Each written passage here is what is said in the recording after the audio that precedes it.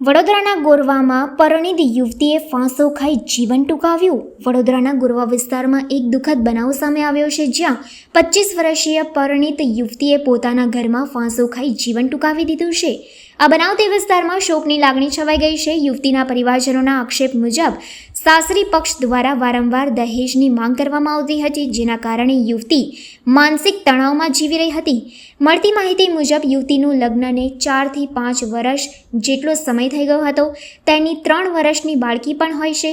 લગ્ન બાદ જ પતિ અને સાસરિયા તરફથી દહેજ માટે દબાણ કરવામાં આવતું હતું। વારંવારના કલહ અને તણાવ વચ્ચે યુવતીએ આકરું પગલું ભર્યું હોવાનું પરિવારજનોનું કહેવું છે।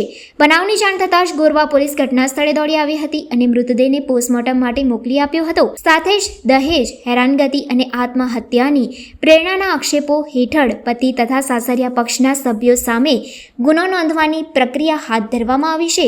પોલીસે સમગ્ર મામલાની ગંભીરતાપૂર્વક તપાસ હાથ ધરી છે અને યુવતીને ન્યાય મળે તે માટે જરૂરી પગલાં લેવામાં આવશે। આ બનાવ ફરી એકવાર દહેજ જેવી સામાજિક બુરાઈ સામે પ્રશ્નાર્થ ઊભો કરે છે કે શા માટે આજના યુગમાં પણ યુવતીઓને આ ત્રાસનો સામનો કરવો પડે છે।